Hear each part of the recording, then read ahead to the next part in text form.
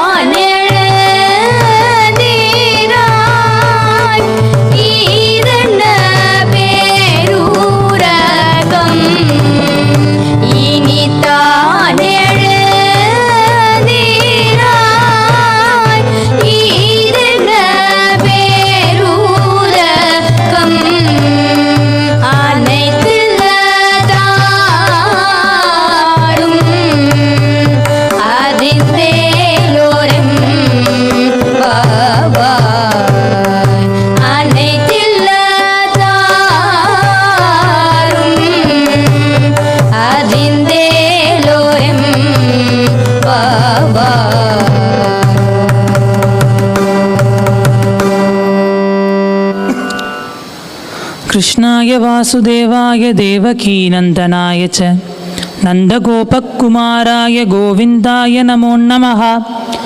அனைவருக்கும் என்னுடைய அன்பான வணக்கங்கள். கோதை நாச்சியார் அருளி செய்த திருப்பாவையின் 12வது பாசுரம். கனைத்திலம் கற்றெருமை கன்றுக்கு இறங்கி நினைத்த முளைவழியே நின்று பால் சோர. தன்னுடைய கன்றுகளுக்கெல்லாம் அங்கே பாலை சுரந்து கொண்டிருக்கின்றன ஆயர்பாடியினுடைய பசுக்கள். செல்வச் செழிப்பு நிறைந்தவை அவை. ஆணையை போன்ற பெரிய உருவத்தினை கொண்டவை.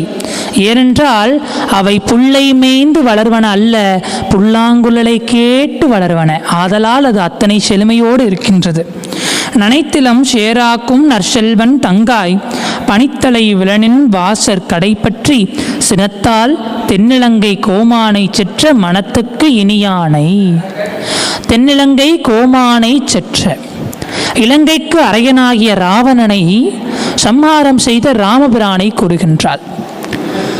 நரசிம்ம அவதாரம் செய்து சுவாமி இரணியனை சம்ஹாரம் செய்யும் பொழுது இரண்யன் சுவாமியை பார்த்து கேட்டானாம், சாதாரண ஒரு அசுரனை சம்ஹாரம் செய்வதற்காக 1000 கரங்களோடு இத்தனை கோரமான வடிவத்தை எடுத்து இவ்வளவு விஸ்வரூபம் எடுத்து நீ வந்தா என்றால் என்ன அர்த்தம் என்று கேட்டானாம்.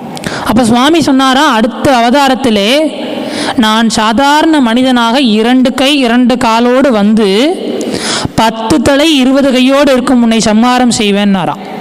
அதனால்தான் தென்னிலங்கை அரையனை சம்ஹாரம் செய்து மனத்துக்கு இனியானை பாட. யாரை பாடுகின்றோம் தெரியுமா? யாருடைய பெயரை கேட்டால், யாருடைய குழல் இசையை கேட்டால் மனமானது அமைதி பெறுமோ அவனுடைய பெயரையும் நாமத்தையும் நாங்கள் பாடிக்கொண்டிருக்கின்றோம். அனைத்து இல்லத்தாரும் அறிந்தேலோர் எம்பாவாய். இதெல்லாம் உனக்கும் தெரியும், சுத்தி முத்தி இருக்கிற எல்லாருக்கும் தெரியும். இன்னமும் என் தூங்கி காலத்தை கழிக்கிற, வா எழுந்து என்று இந்த பாடலிலே மிக அழகாக இறைவனை வர்ணிக்கின்றார். நாளை 13வது பாசுரத்தை பற்றி சிந்திப்போம். நன்றி, வணக்கம். அன்பு நேயர்களே, இது உங்கள் மனம் கவர்ந்த சானல் ஜி. உங்களுக்காக தினம் ஒரு நிகழ்ச்சி ஒளிபரப்பாகிறது. நண்பர்களுடன் பகிர்ந்து கொள்ளுங்கள், நலம் பெறுங்கள். கருத்துக்களை எழுதி அனுப்ப வேண்டிய முகவரி podcast channelg@gmail.com.